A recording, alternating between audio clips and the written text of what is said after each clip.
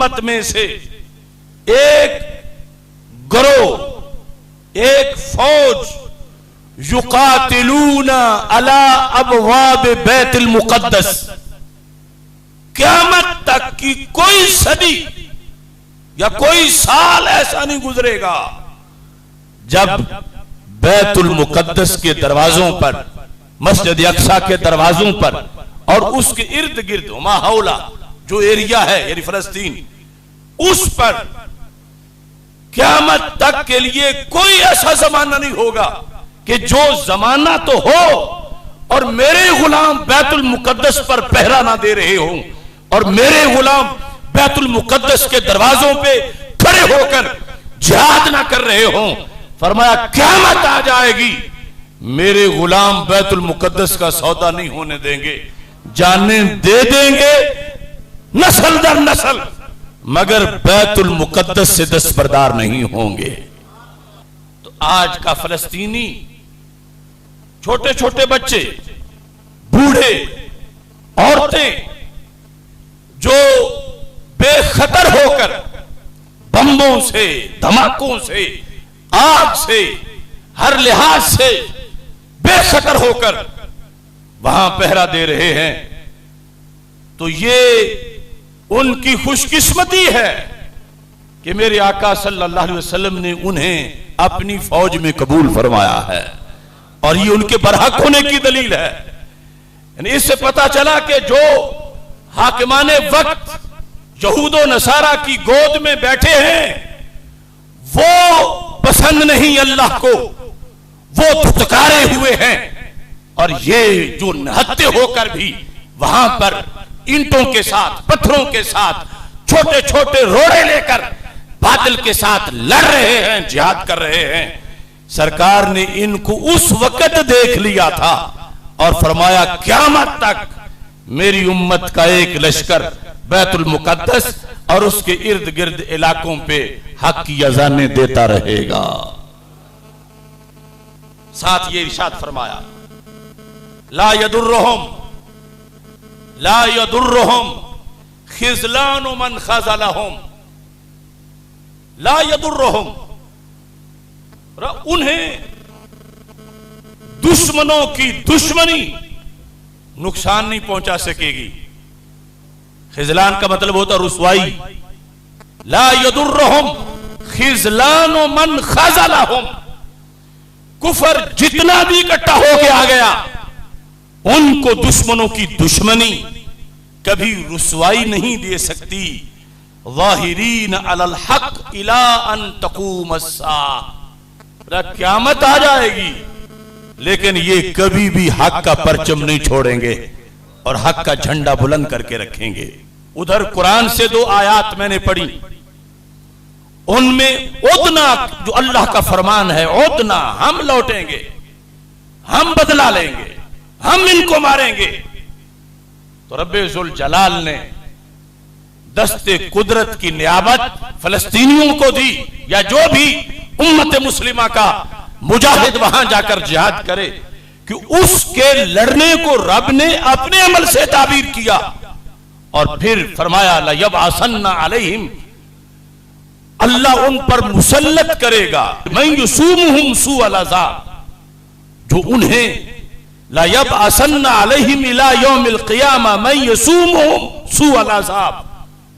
तो इस बुनियाद पर दो आयात और ये हदीस, अहदीस भी मुतअद्दिद हैं, ये है असल कुव्वत उन मुसलमानों की, और यही कुव्वत है हर इलाके में जिंदा रहने वाले मुसलमान की। और इसमें मैं थोड़ी सी इसकी वजाहत भी करना चाहता हूं, क्योंकि हमारे आका सल्लल्लाहु अलैहि वसल्लम का एक दूसरा फरमान है पूरी दुनिया के लिहाज से, उसमें यह है कि लन यज़ाला अम्र उम्मती मुस्तकीमा, क़यामत तक के लिए मेरी उम्मत का एक ग्रोह सीधा रहेगा, मुस्तकीम रहेगा, यानी सिराते मुस्तकीम पे रहेगा। ला यदुर्रुहुम मन खज़लहुम, उनको कोई नुकसान नहीं पहुंचा सकेगा अब इस पर हजारों मुहक्किकीन का एक ही जवाब है कि ला यदुर्रहुम के लफ्ज सच्चे हैं, लन यदुर्रहुम जिन अहादीस में है ये लफ्ज सच्चे हैं। और फिर उधर कई हजार शहीद हो गए, कई 10,000 शहीद हो गए, कहीं इतने जख्मी हो गए। तो मतलब क्या है, इधर हदीस कहती है उनका कोई बिगाड़ कुछ नहीं सकता। क़यामत तक के लिए मेरी उम्मत की एक जमात ऐसी है हक पर कायम रहेगी, दुनिया की दुश्मन कुव्वतें उनका कुछ बिगाड़ नहीं सकती। और दूसरी तरफ हर सदी में कितने लोग शहीद हुए, और वो तो आगाज में ही यजीद के मुकाबले में सैयदना इमाम हुसैन रज़ी अल्लाह ताला अन्हु शहीद हो गए। तो लई यदुर्रहुम या ला यदुर्रहुम का मतलब क्या है? तो सब ने कहा जरर ये नहीं कि जिस्म जख्मी हो जाए, इस मकाम पर जरर ये नहीं कि जान निकल जाए, जरर ये नहीं कि शहादत हो जाए, जरर ये है कि वो जमात बातिल को मान के उनके साथ मिल जाए, वरना हक पर जान निकल जाए तो दीन उसको शिकस्त नहीं कहता, इमाम हुसैन की शहादत को फतह कहता है। और क़यामत तक के लिए जो उस रास्ते में है, अगरचे वो शहीद हो जाए, ये सरकार फरमाते हैं कोई नुकसान नहीं, क्योंकि ये तो आरजी जिंदगी है, असल मसला तो दायमी का है। अगर वो घाटे में जाए तो फिर नुकसान है कि जो मुश्किलात आने पर बातिल के साथ मिल जाए, जो मुश्किलात आने पर चढ़ते सूरज को का पुजारी बन जाए, जो मुश्किलात आने पर हाथ में वक्त की हाँ में हाँ मिलाना शुरू कर दे, उसको नुकसान पहुंचा। फरमाया क़यामत तक के लिए हक परस्त दलील, हुज्जत और बुरहान की रोशनी में कभी मगलूब नहीं होंगे। हजारों टैंक, तोपें, मिसाइल उनकी दलील को सरनगू नहीं कर सकेंगे। वो मौत के मुंह में खड़े होकर भी हक की अज़ानें देते रहेंगे। इस बुनियाद पर, वरना अगर ये वैसे जाहिरी तौर पर होता तो फिर तो आजमाइश ही ना हो सकती। दुनिया तो इम्तिहान का मकाम है। अगर अल्लाह जन्नत सामने कर देता तो फिर कौन था जो जन्नत के लिए कोशिश न करता, और अगर जहन्नम रब सामने दिखा देता तो फिर कौन था जो उससे बचने की कोशिश ना करता। अरे एक तनूरी में आग हो, उसमें कोई कहे कि तू इसमें दाखिल हो जा, तो कहता है मैं क्यों दाखिल हूं। आग बढ़े तो पीछे पीछे हटता है। तो जहन्नम देखकर कौन था जो जहन्नमियों वाले काम करता। रब ने जहन्नम को भी छुपा के रखा है और जन्नत को भी छुपा के रखा है, और कहा है ईमान बिल गैब रखो, देखे बगैर मानो कि जन्नत कैसी अच्छी है, देखे बगैर मानो कि जहन्नम का अजाब कितना तेज है। अब आजमाइश है, अब इम्तिहान है।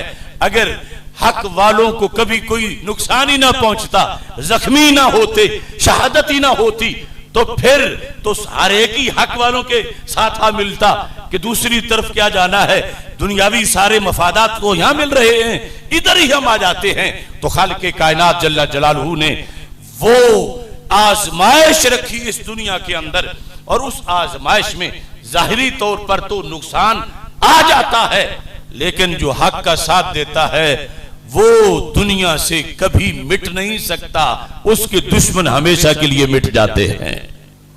कुरान मजीद बुरहान रशीद में रब्बे जुल जलाल फरमाता है, इसी मफहूम को समझाने के लिए, अल्लाह के यहां अल्लाह के खजानों में कोई कमी नहीं।